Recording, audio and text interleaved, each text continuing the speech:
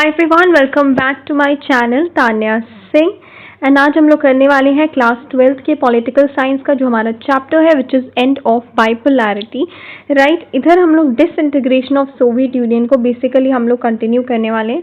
ये जो टॉपिक है हमारा, but before we start let's start with the syllabus. आपका सिलेबस हर वक्त मैं आप लोगों को बताती हूँ।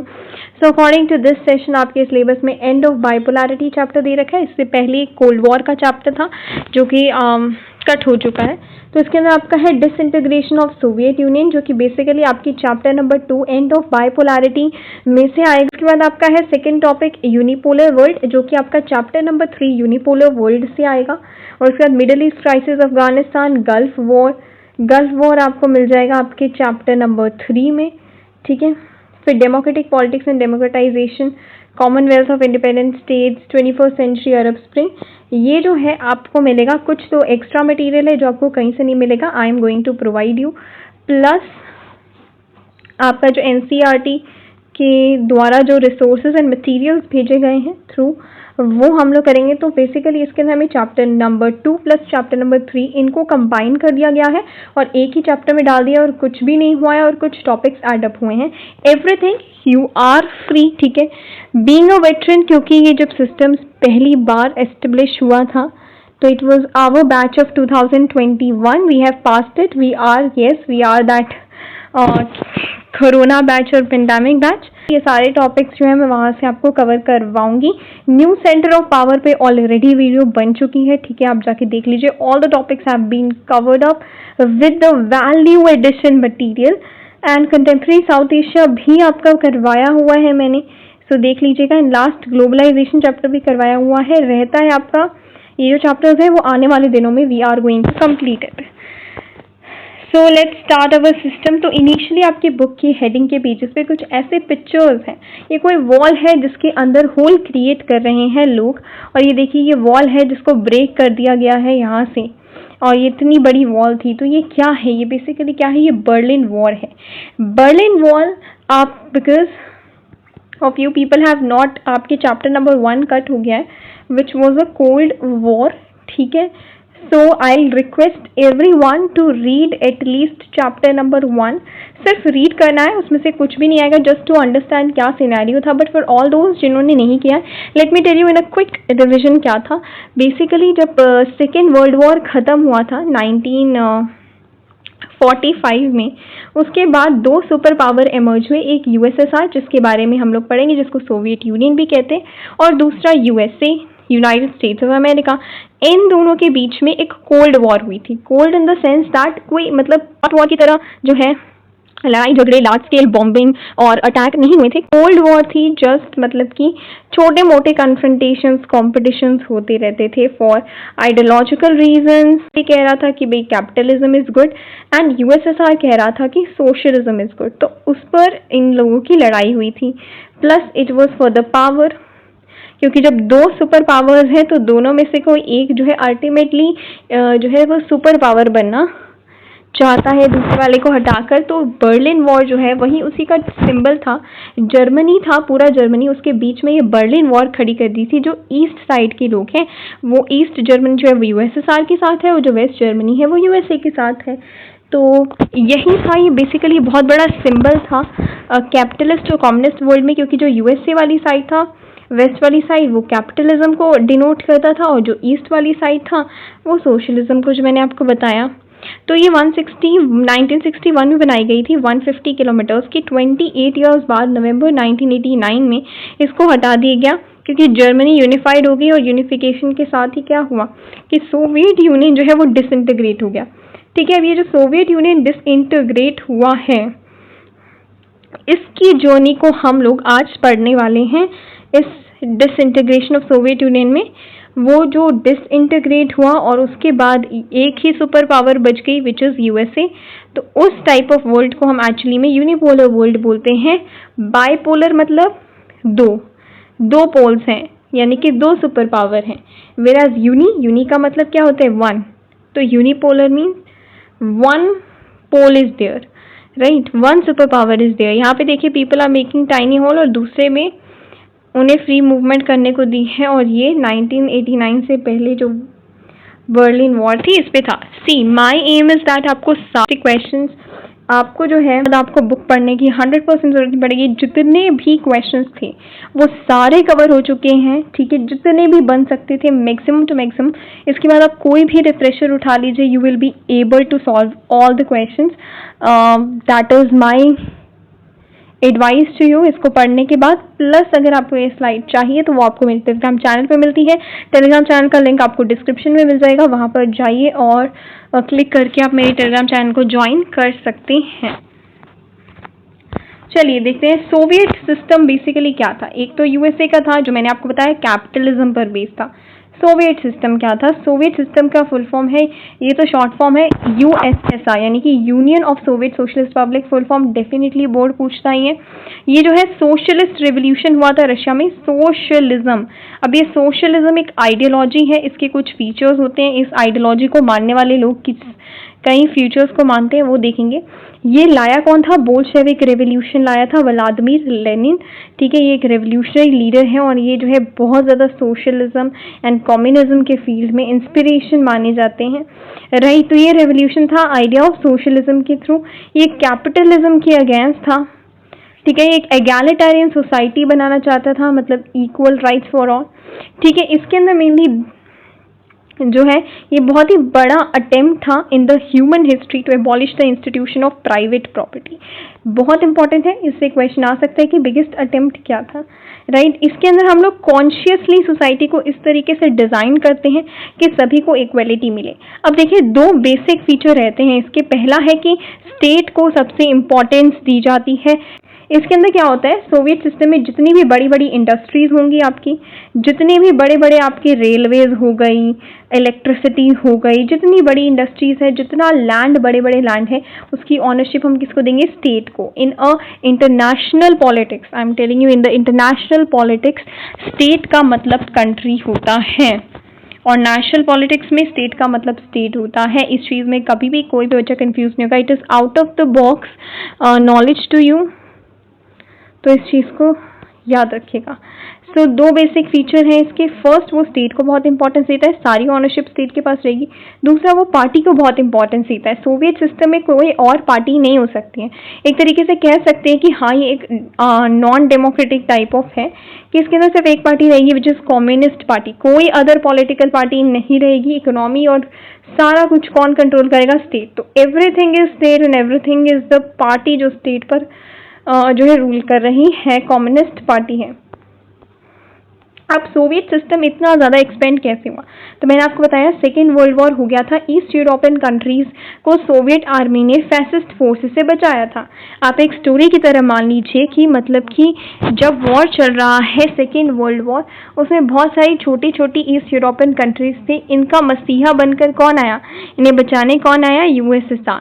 अब जब यूएसएसआर ने इसे बचा लिया तो ऑब्वियसली वो इनके कंट्रोल के अंदर आ गए और जो जो यूएसएसआर कह रहा था वो ये कर रहे थे। इनकी इकोनॉमी एंड पॉलिटिकल सिस्टम्स जो है वो सोवियत सिस्टम के अकॉर्डिंग जो है यूएसएसआर ने बदले और इस ब्लॉक को हम लोग सोशलिस्ट ब्लॉक कहने लगे। And Warsaw pact is a pact, एक मिलिट्री अलायंस है जो इन्हें हेल्ड देम टुगेदर करता है, यानी कि इन्हें बांध कर रखता है। ये एक मिलिट्री अलायंस है, एक तरीके का हम कह सकते हैं कि एग्रीमेंट है जो इन लोगों ने साइन किया हुआ है। ये क्वेश्चन पूछा जा सकता है। और यूएसएसआर है लीडर इस ब्लॉक का, क्योंकि मैंने आपको बताया था यूएसएसआर का एक ईस्टर्न ब्लॉक बन गया था, ठीक है। दो सुपर पावर थी और यूएसए ने बाकी सारी कंट्रीज के साथ मिलकर अपना वेस्टर्न ब्लॉक बना लिया था। तो ये पूरा अलायंस सिस्टम चलता था कि कौन किसकी टीम में है। समझ में आया? तो चलिए, अब ये यूएसएसआर सिस्टम के मेरिट्स क्या थे, ठीक है, क्या इसके अंदर खूबियाँ थी, ये क्वेश्चन आपसे पूछा जा सकता है। तो पहली बात कि सेकेंड वर्ल्ड वॉर के बाद एक बहुत अच्छा सुपर पावर बन के आया एंड सोवियत इकोनॉमी बहुत ज़्यादा डेवलप थी।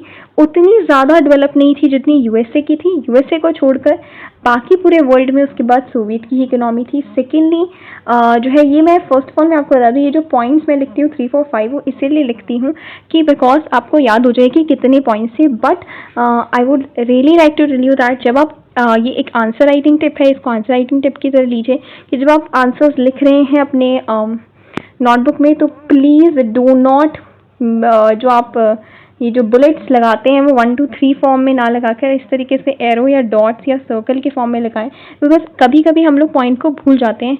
एंड मान लीजिए आपका 6 मार्क्स क्वेश्चन, यहाँ पे तो 6 पॉइंट्स है लेकिन आपको एक पॉइंट याद नहीं आ रहा है, तो सिंस आपने एरो लगाया है तो देयर इज अ पॉसिबिलिटी कि आपकी वो गलती छिप जाए and you will get the marks. So I hope you understood.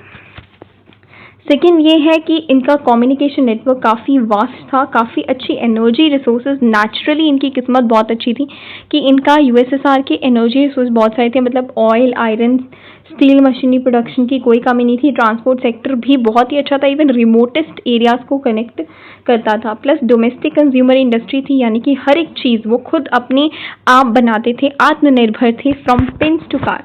लेकिन हाँ, उनकी क्वालिटी जो है वो उतनी अच्छी नहीं थी जितनी वेस्टर्न्स की थी।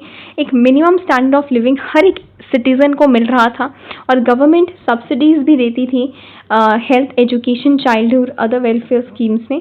सब्सिडीज़ क्या होता है, थोड़ा बहुत डिस्काउंट मान लीजिए, ठीक है। जैसे सोलर एनर्जी लगाने पर मान लीजिए आपको अगर 5% सब्सिडी मिल रही है, मीन्स आपको उस पर 5% का सब्सिडी यानी कि डिस्काउंट मिल रहा है, छूट मिल रही है, और उसको कौन पे करेगा, गवर्नमेंट। चलिए, बहुत अनएम्प्लॉयमेंट बिल्कुल भी नहीं था। और स्टेट ऑनरशिप, जैसे कि मैंने बताया सोवियत सिस्टम में obviously state ownership is a dominant form of ownership. Now let's move forward. Demerits क्या थे यूएसएसआर के? जो डीमेरिट्स हैं यूएसएसआर के, वही रीजन है उनके डिसइंटीग्रेशन का। तो मान लीजिए आपसे कभी क्वेश्चन आता है डीमेरिट्स ऑफ यूएसएसआर, तो आप ये लिखेंगे, बट आपसे अगर ये क्वेश्चन आएगा कि रीजंस क्या है उसके डिसइंटीग्रेशन के, तो भी आप ये पॉइंट लिखेंगे, ठीक है। अगर आपके पास मान लीजिए बहुत 8 मार्क्स का क्वेश्चन आ गया या 6 मार्क्स का क्वेश्चन आ गया, तब आपके पास अगर पॉइंट्स कम पड़ रहे हैं तो इसमें से भी आप उठा सकते हैं। सोवियत जो सिस्टम था बहुत हाईली ब्यूरोक्रेटिक और अथॉरिटेरियन था, ठीक है। बहुत ही ज़्यादा मतलब कि नॉन डेमोक्रेटिक वे में काम करता था। कम्युनिस्ट पार्टी की ही सिर्फ चलती थी और डेमोक्रेसी बहुत कम थी, क्योंकि मैंने आपको बताया एक पार्टी जहाँ पर अलाउड है वहाँ पर डेमोक्रेसी है ही नहीं। किसी को फ्रीडम ऑफ स्पीच नहीं था, लोग प्रोटेस्ट नहीं कर पाते थे, इवन जोक्स और कार्टून्स के फॉर्म में भी उन्हें अलाउड नहीं था कि वो कुछ भी गवर्नमेंट के खिलाफ बोल पाए।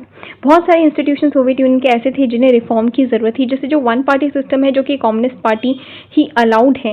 इसकी वजह से क्या होता था कि ये पार्टी सारे इंस्टीट्यूशंस को कंट्रोल करे, और एक पार्टी जिसके पास सबसे ज़्यादा पावर है वो बिल्कुल भी आंसरेबल नहीं है, अनअकाउंटेबल है पीपल के लिए, तो ये कैसे चलेगा। देन ऑल्सो जो सोवियत यूनियन थी वो जो अर्जेस डिफरेंट जो है रिपब्लिक्स थी, जो यूएसएसआर है वो पूरे 15 रिपब्लिक से बना हो। ये बुक में नहीं दे रखा, but I am telling you this question sometimes is asked, that is why I से कि आप नोट्स देखते हैं तो उससे पहले वीडियो देख लीजिए, बिकॉज जो आप सुनते हैं वो आपको पहले याद होता है, प्लस कुछ जो है एक्स्ट्रा पॉइंट्स बताए जा सकते हैं जो नोट्स में नहीं बताए जाते हैं। सो ये 15 रिपब्लिक जिनसे वो बना था उनकी डिमांड्स को बिल्कुल भी नहीं सुनता था, इवन उन्हें फ्रीडम नहीं थी कि वो अपने कल्चरल अफेयर्स को तक को संभाल पाए। ये जो 15 रिपब्लिक्स थी, रशिया जो है ये डोमिनेट करता था। कहने को तो रशिया 15 रिपब्लिक्स में ही से एक रिपब्लिक था, लेकिन उसको सबसे ज़्यादा डोमिनेंट एक रिपब्लिक ने कर रखा है, तो ये तो डिस्क्रिमिनेशन हो गया ना। तो अपनी ही ये एक्चुअली में एक वे बना रहा है कि इंटरनली इनके बीच में लड़ाई होने के चांसेस ज़्यादा थे, है ना, क्योंकि रशिया को आप प्रेफर कर रहे हैं और बाकियों की आप सुन नहीं रहे हैं। नेक्स्ट है कि आर्म्स रेस में इन्होंने सबसे ज़्यादा पैसा जो है अपना वो मिलिट्री एक्सपेंडिचर में बनाया, ठीक है। Arms here refers to the आपके हथियार, ठीक है। तो वो अपने हथियार एंड वॉर के लिए हमेशा जमा करते रहे, सारा पैसा तो आर्म्स में चला गया, डेवलपमेंट के लिए कोई पैसा बचा नहीं। As a result technology, infrastructure, इन सब में जो है वो इन्वेस्ट कर नहीं पाए, and political economic aspiration of citizen specially जो है वो मेंटेन नहीं कर पाए। देखिए, कुछ भी सह लीजिए, बट जब आप सिटीजन्स के एस्पिरेशन को या जब आप सिटीजन्स को नाराज़ कर रहे हैं तो फिर सिटीजन्स अपना पावर ज़रूर दिखाती हैं। ऑलवेज रिमेंबर, आप कुछ भी कर रहे हैं, अगर आप एस्पिरेशंस उनके फुलफिल नहीं करें, that is the way for the downfall. Soviet invasion जो हुआ था 1979 में, जिसको हम लोग अफगान क्राइसिस के फॉर्म में करने वाले हैं इन डिटेल, इसके कारण भी उनका बहुत ज़्यादा पैसे का नुकसान हुआ था। उधर 1979 से वो 1989 तक रहे थे, तो इसमें 10 साल जो उनके वहाँ पर भी इकोनॉमिकली लॉस हुआ, और जो है प्रोडक्टिविटी एंड टेक्नोलॉजी जो है वो धीरे धीरे नीचे गिरने लग गई, सारे कंज्यूमर गुड्स की शॉर्टेज होने लग गई, फूड इंपोर्ट कंट्री का राइज हो गया, एंड धीरे धीरे इकोनॉमी जो है बिल्कुल स्टेगनेंट हो गई, रुक गई, इंक्रीज होना ही बंद हो गई, ठीक है। उसके बाद आता है Gorbachev and the disintegration of UNI. Gorbachev कौन थे? गॉर्बाचेव जो है वो एक जनरल सेक्रेटरी थे कम्युनिस्ट पार्टी के। 1985 में उन्हें जो है कम्युनिस्ट पार्टी का जनरल सेक्रेटरी या फिर हम कह सकते हैं कि लीडर बनाया गया था। Leader definitely from time to time party के चेंज होते हैं। तो 1985 मिखेल गॉर्बाचेव जब आए ना, तो he was the last leader of Soviet union, और इन्होंने कुछ ऐसे रिफॉर्म्स आते ही उन्होंने बोला कि I am going to reform the USSR. और रीज़न उन्होंने ये दिया कि भाई जो हमारे पास इंफॉर्मेशन एंड आईटी जो गैप है, इंफॉर्मेशन टेक्नोलॉजी जो रेवोल्यूशन हो रहे हैं वेस्ट में, इतना इंफॉर्मेशन टेक्नोलॉजी के फील्ड में वेस्ट बढ़ रहा है, तो उस लेवल तक पहुंचने के लिए हमें कुछ रिफॉर्म्स चाहिए। तो उन्होंने किया कि हम लोग वेस्ट के साथ अब झगड़ा नहीं करेंगे, हम लोग अपने रिलेशंस को नॉर्मलाइज करेंगे और यूएसएसआर को जो वो लैक कर रहा है जैसे डेमोक्रेसी वगैरह, तो उसको डेमोक्रेटाइज करने की कोशिश करेंगे। लेकिन इसका इफेक्ट पड़ता है उल्टा, और क्या हो जाता है, यूएसएसआर जो है उल्टा राइज होने की जगह डिग्रेड हो जाता है। तो इसलिए गॉर्बाचेव का एक बहुत इंपॉर्टेंट रोल रहता है डिसइंटीग्रेशन ऑफ सोवियत यूनियन में। ये आपसे अलग से पूछा जा सकता है, so be prepared for that. And the reasons है फॉर यूएसएसआर डिसइंटीग्रेशन, जिसको आप कोट डाउन कर सकते हैं if you are lacking the point. तो उनका क्या रोल रहा है डिसइंटीग्रेशन में, वो करते हैं। पहला है reforms and the fall of communist regime.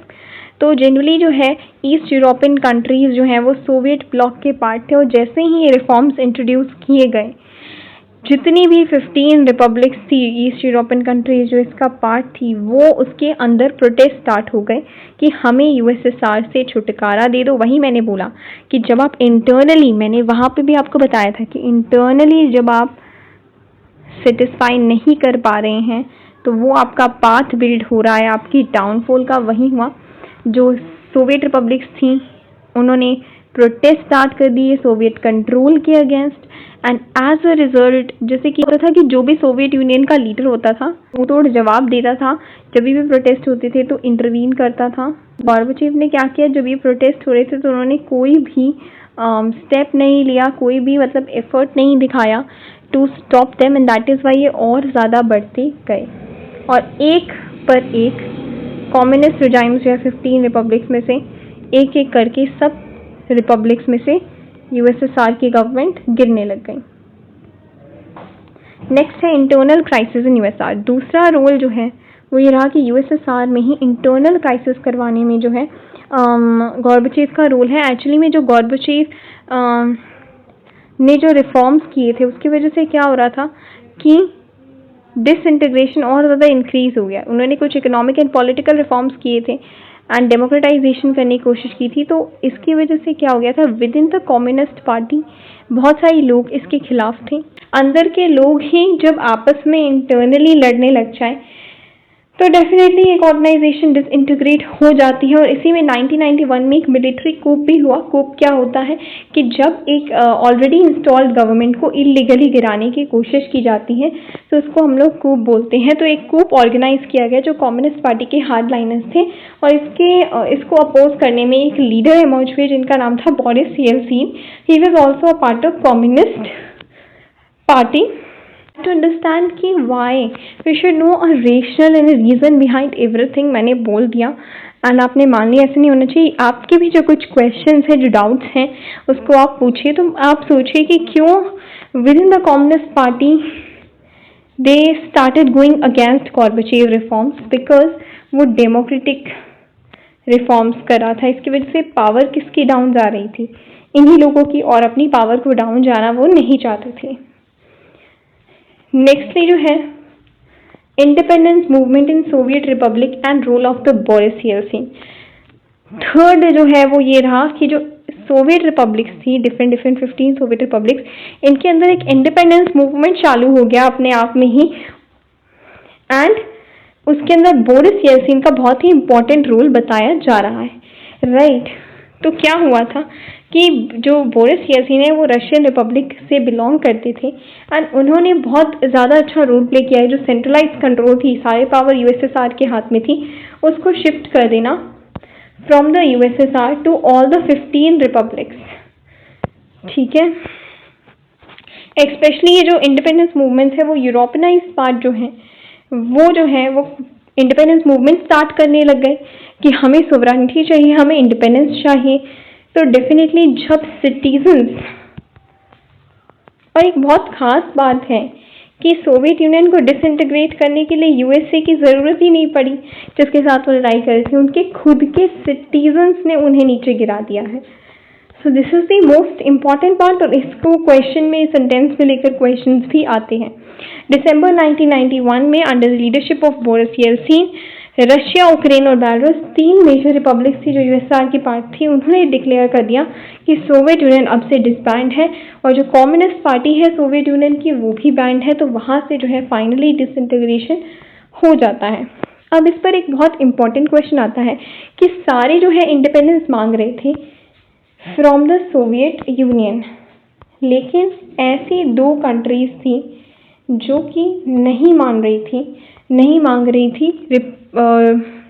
They wanted to be with the USSR.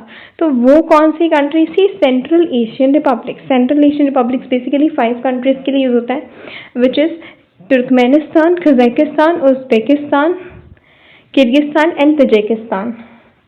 तो ये जो 5 कंट्रीज हैं उससे मिलकर सेंट्रल एशियन रिपब्लिक बनता है। तो सेंट्रल एशियन रिपब्लिक जो है वो इंडिपेंडेंस नहीं चाहती थी, they do want to be with the USSR. ठीक है, तो ये डिसइंटीग्रेट होने के बाद जो सोशलिज्म आइडियोलॉजीज थी उसको हटाकर वहाँ पर जो यूएसए की आइडियोलॉजी थी, कैपिटलिज्म एंड डेमोक्रेसी, वो अडॉप्ट हुई। तभी यूएसए को हम लोग क्या बोल रहे हैं? Super power. चलो लेट्स मूव अहेड। ये है कि रीजंस क्या है, why did Soviet union disintegrate, उसके डिसइंटीग्रेट होने के पीछे क्या कॉजेस थे, क्या रीजंस थे वो। तो पहला रीजन था उनके पॉलिटिकल इंस्टीट्यूशंस में इंटरनल जो है वीकनेस। सोवियत यूनियन जो है वो स्टेगनेंट हो चुका था एडमिनिस्ट्रेटिव और पॉलिटिकल सेंस में भी। ओवर 70 ईयर्स से एक ही पार्टी रूल करी थी, कम्युनिस्ट पार्टी, जो कि अकाउंटेबल नहीं थी लोगों के लिए। ऑल्सो ऑर्डिनरी पीपल को ऐसा लगता था कि बहुत ही जो है अलग एलियन टाइप ऑफ लगता था उन्हें, वो अपनी एडमिनिस्ट्रेशन नहीं लगती थी। जो मैंने बताया है कि जब तक आप सिटीजन्स के एस्पिरेशंस को फुलफिल करें, you will be in the power. The moment आपने सिटीजन्स के एस्पिरेशन को हटा दिया, that is a path for the downfall. Administration बहुत ही स्लो काम करता था, बहुत ज़्यादा करप्शन था, अपनी मिस्टेक्स को inability to correct its own mistake करने के बाद करेक्ट नहीं करते थे, और ज़्यादा ओपननेस या फिर डेमोक्रेटिक बनने की कोशिश नहीं करते थे। वो सारी पावर जो है वो सेंट्रलाइज थी, जबकि डिसेंट्रलाइज्ड होनी चाहिए थी, राइट। पार्टी ब्यूरोक्रेट्स जो है उन्हें ज़्यादा प्रिविलेजेस मिलती थी देन द ऑर्डिनरी सिटीजन, जबकि party bureaucrats they should be the servants of the people, लेकिन नहीं, यहाँ पर वो ज़्यादा प्रिविलेजेस लेते थे। प्लस जो है जो पॉलिटिक पीपल जो है वो सिस्टम के साथ आइडेंटिफाई नहीं करते थे, रिलेट नहीं कर पाते थे, और इसीलिए पॉपुलर बैकिंग यानी कि उनकी जो पॉपुलैरिटी थी वो धीरे धीरे लोगों में जो है ख़त्म होती जा रही थी। तो इंटरनल वीकनेस आ रहा था पॉलिटिकल इंस्टीट्यूशन में। दूसरा है कि इंटरनल वीकनेस आ रहा था इकोनॉमिक इंस्टीट्यूशन में, और इकोनॉमी जो है बिल्कुल स्टेगनेंट हो गई थी। 2 रीजंस बहुत ही इंपॉर्टेंट रहते हैं, पहला इंटरनल वीकनेस जो पॉलिटिकल इंस्टीट्यूशन में हो रहा था, दूसरा जो इकोनॉमिक में हो रहा था। तो why did the system became so weak, इस पे 2 टाइप के क्वेश्चन आते हैं। ठीक है, एक तो एज अ रीजन आप यूज कर सकते हैं, एक अलग से भी क्वेश्चन आता है कि इतनी वीक इकोनॉमी कैसे हो गई। 2 ही रीजन थे। First, huge military expenditure, arms race में ये लगी हुई थी यूएसए और यूएसएसआर के बारे में। Cold war is all about, क्योंकि वॉर तो हो नहीं रहा था लेकिन दोनों तरफ से जो है हथियार बढ़ाए जा रहे थे। सोवियत इकोनॉमी ने अपने सारे रिसोर्सेज को यूज़ कर लिया एक न्यूक्लियर और मिलिट्री आर्सेनल खड़ा करने में। एंड सैटेलाइट स्टेट जो है ईस्ट यूरोपियन कंट्रीज़ की, पर्टिकुलरली वो 5 सेंट्रल एशियन रिपब्लिक्स की डेवलपमेंट में ज़्यादा पैसे खर्च करते थे अदर रिपब्लिक्स। तभी मुझे लगता है अब समझ में आ रहा है कि सेंट्रल एशियन रिपब्लिक्स क्यों नहीं हटना चाहती थी।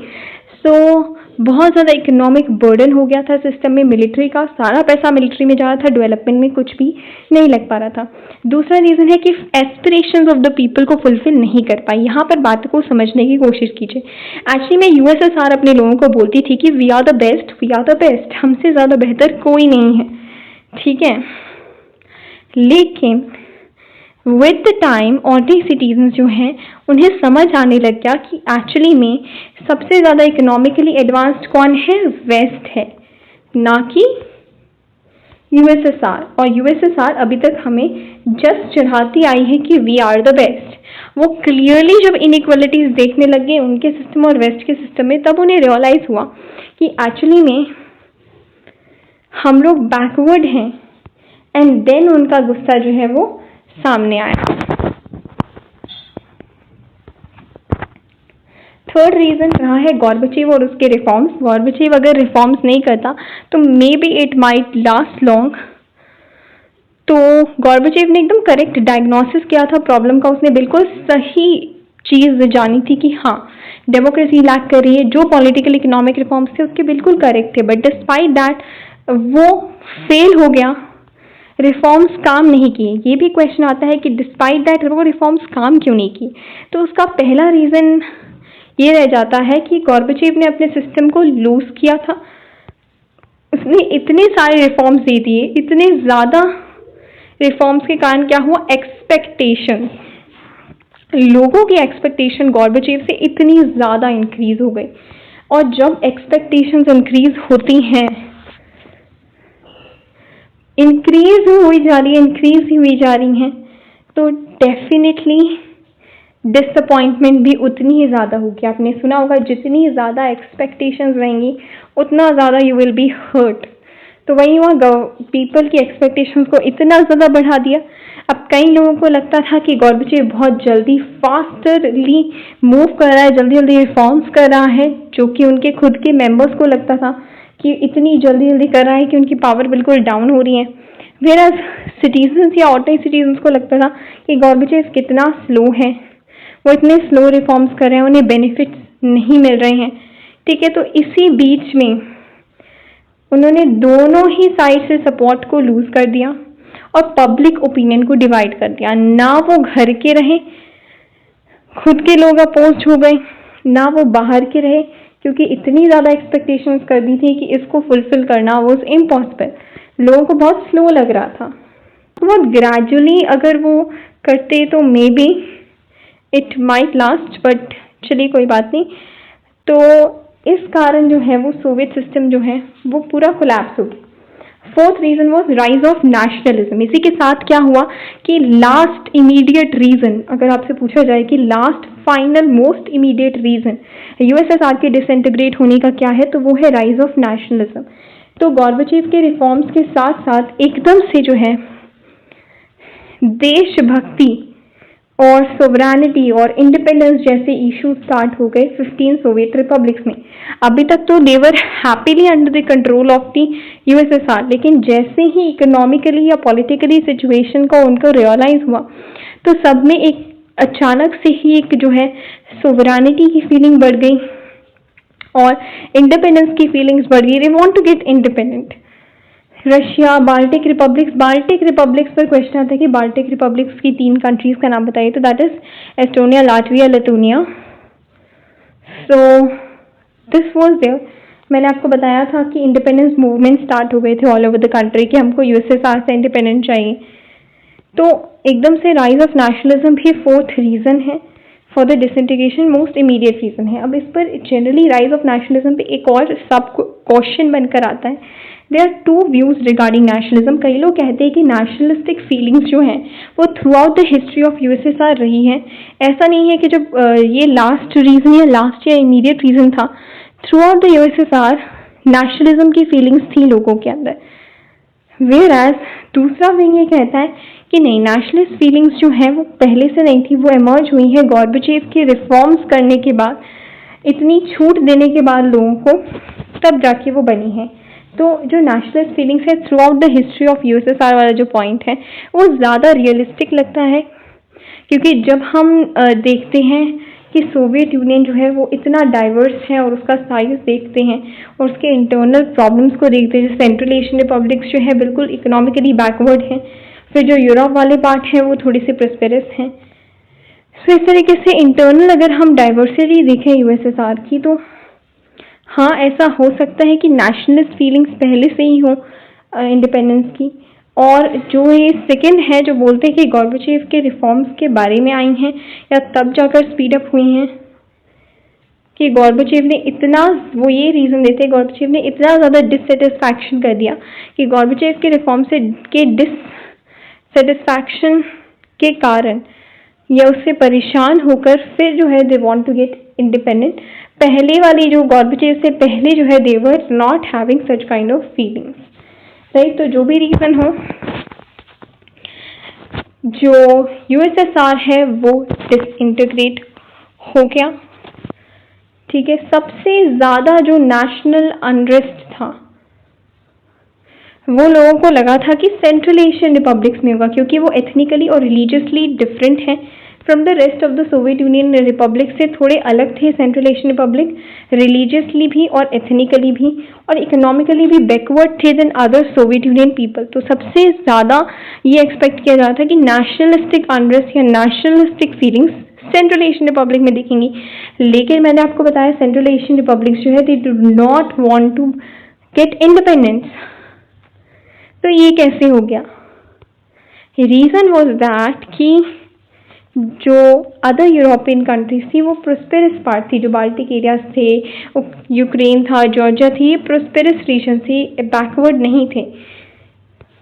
और ऑर्डिनरी पीपल जो है वहाँ के, उन्हें जो है they felt alienated from the central Asian people, क्योंकि वो एथनिकली डाइवर्स थे, है ना।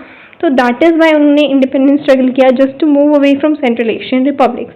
This was not only the reason, but उनके मन में ये भी था कि हमारा जितना भी पैसा है वो इन सेंट्रल एशियन रिपब्लिक्स जैसे बैकवर्ड एरियाज को डेवलप करने में जा रहा है और हम खुद की डेवलपमेंट तो कर ही नहीं पा रहे हैं। तो it was a waste of money, हम क्यों सेंट्रल एशियन रिपब्लिक्स के डेवलपमेंट में पैसा लगाएं।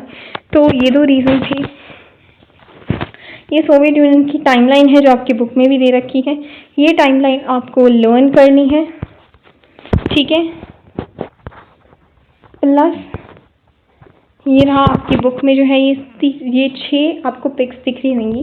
सो ये 6 पिक्स है लीडर जितने भी सोवियत यूनियन के रहे हैं। सबसे पहले व्लादिमीर 17 से 1924 तक, उसके बाद जोसेफ स्टालिन रहे हैं 1924 से 1953 तक, फिर निकिता क्रुश्चेव रही है 1953 से 1964 तक, फिर लियोनिड ब्रेजनेव रहे हैं from 1964 to 1982 and then Mikhail Gorbachev रहे हैं फ्रॉम 1985 टू 1991। और उसके बाद तो 1991 में यूएसएसआर डिसइंटीग्रेट हो गया एंड उसके बाद जो है बोरिस येल्सिन आए हैं। तो आपको ये भी विद द फैक्ट्स याद करने हैं, इसमें से क्वेश्चन आ सकते हैं।